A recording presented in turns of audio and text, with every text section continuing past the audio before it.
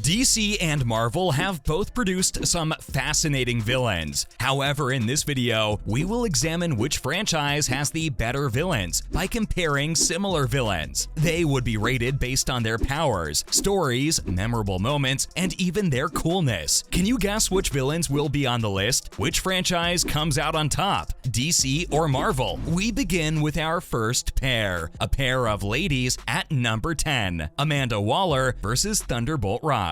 Thunderbolt Ross and Amanda Waller are compared because they are both authority figures. Although neither is a true villain and has frequently aided the DC and Marvel heroes, they both serve their own self-interest. Ross, though, lacks Amanda Waller's menacing quality. Ross is on the hunt for the Hulk, but despite all the strength at his disposal, he frequently only seems like a distant menace or a minor concern to the Hulk. Amanda Waller is able to maintain an advantage over those around her. She has the power to subdue villains like Deadshot, Harley Quinn, and Killer Croc, all of whom possess extraordinary strength in and of themselves. She can also hold her own against Batman in a battle of wits. Amanda Waller and DC edge this one. Next up is another female pairing, Poison Ivy versus Mystique. Contrary to popular belief, Poison Ivy and Mystique have much more in common. Both are cunning ladies who desire to defend and aid their respective causes, which in Mystique's case are mutants, and in Ivy's case, plants. Poison Ivy, nevertheless, is the one that readers are most interested in reading about out of the two. Mystique's mystique is one of her appeals. She is mysterious and always appears to be hiding something, but Poison Ivy is a lot more transparent. Readers have a sense of knowing what's going on in her private life. Also, more noteworthy than any of Mystique's multiple relationships is her friendship/romance with Harley Quinn. DC edges this one also. At number 8, we have Joker versus Red Skull. The Joker and Red Skull are iconic for their cruelty and contempt for humanity. Both are bad. However, when the two are compared, the Joker is simply more unforgettable. Red Skull is a fascist. He is a very real evil in society. He can always be punched in the face and beaten into submission. The Joker, on the other hand,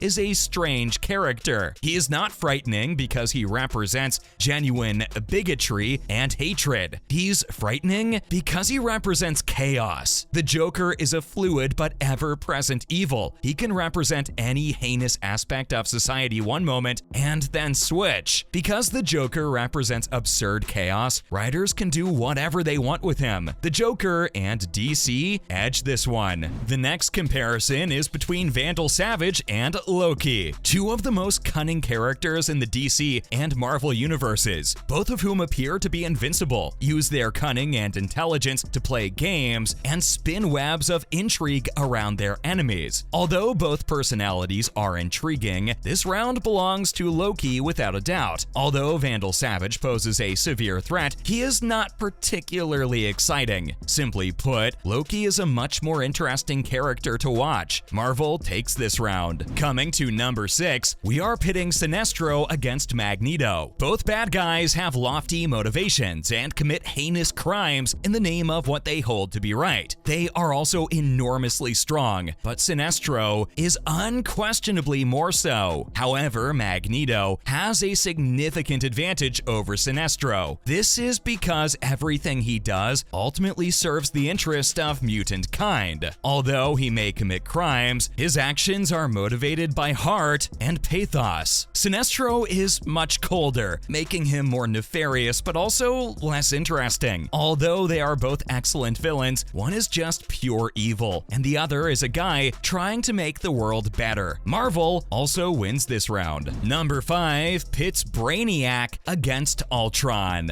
Both are technological nightmares out to destroy the entire globe. Both are legendary in their own right. One collects information and bottles cities, while the other is determined to rule the world. Though Brainiac is well known, interesting, and terrifying, Ultron is somehow more fascinating. When Ultron develops Vision and Jocasta, we learn of his struggles with loneliness. When he conquers star systems, we witness a far grander vision than anyone could have ever imagined. Brainiac always seeks to learn new things, and push himself to the limit. Ultron, meanwhile, might be attempting to sate his existential loneliness one second and then conquering galaxies the next. There is always a story to tell with Ultron, so Marvel nix this one. Up next, we have Bane versus Venom. People are frequently surprised that Bane and Venom are relatively recent additions to the DC and Marvel canons, given their status as iconic villains. Tom Hardy portrays both of these hulking bad guys who employ strange and horrifying tactics. But even if Bane is a skilled tactician who broke the bat, Venom is the far more memorable adversary because of something about him that is just plain cool. Of course, they're both fantastic, but think about this. Venom would be easier for you to identify from a blacked out photograph than Bane. In addition, Bane has never been as intense or fascinating a character since defeating Batman, while Venom becomes more interesting over time. Marvel also wins this one. We are entering the big leagues with these next pair of villains. At number 3, we are comparing Ra's al Ghul and Dr. Doom. One of the most well-known DC villains of all time is Ra's al Ghul. He can outsmart Batman, use sophisticated strategy to repel the whole Justice League, and sincerely believes his philosophy will leave the world a better place than when he found it. Dr. Doom, on the other hand, is a blustery dictator who honestly thinks he has the world's greatest intellect. In his opinion, not only should he govern the world, but doing so would make it a better place. He also traveled to Hell to defeat the devil, which is just too cool. He also possesses a ton of magical abilities. However, Ra's al Ghul is a much more intriguing antagonist because of how ridiculous and over-the-top Dr. Doom is. Simply said, he doesn't require superhuman strength to fend off Batman and the Justice League. He simply can. DC edges this one. We are now down to the last 2 sets of villains. Which pairing has been your favorite so far? Do you disagree with our assessment of who the better villain is? So, we now move to the pairing which takes the second spot on our list. Lex Luthor versus Norman Osborn. Two of history's most recognizable villains, Lex Luthor, Superman's arch enemy, and Norman Osborn, Spider-Man's greatest enemy. While Norman once took control of S.H.I.E.L.D. and waged war on Asgard, he is essentially a Spider-Man villain. Everything he does appears to be aimed toward making Peter Parker's life difficult. Lex Luthor, on the other hand, is a threat to the entire universe. His schemes and plans are elaborate undertakings. Norman Osborn is a nasty, petty individual who acts insanely. Lex Luthor is precisely the same. However, their motivations differ. It feels like Norman Osborn looks up to Spider-Man. He is a control freak who despises anything that might get in the way of his business. However, Luthor is filled with dread as a result of Superman's existence. He is put on the defensive by the mere mention of Superman. Furthermore, while both assumed positions of authority, Luthor was chosen president. While both sometimes wear costumes to fight, most of Osborn's assaults required understanding how to hit Peter where it hurt. But what about Luthor? At every stage, most of his plots required numerous levels of thought and planning. Osborn is a man who is attacking a child. Luthor is a man in a struggle with the gods. So Lex Luthor and DC definitely take this one. And now to the final pairing. Can you guess which villains are at the top of our list? One of them loves snapping. Do you know who one of them might be now? Well, at the top of our list are Darkseid and Thanos. Comic book readers have known for years that Thanos may be one of the worst villains in the Marvel Universe, whereas MCU viewers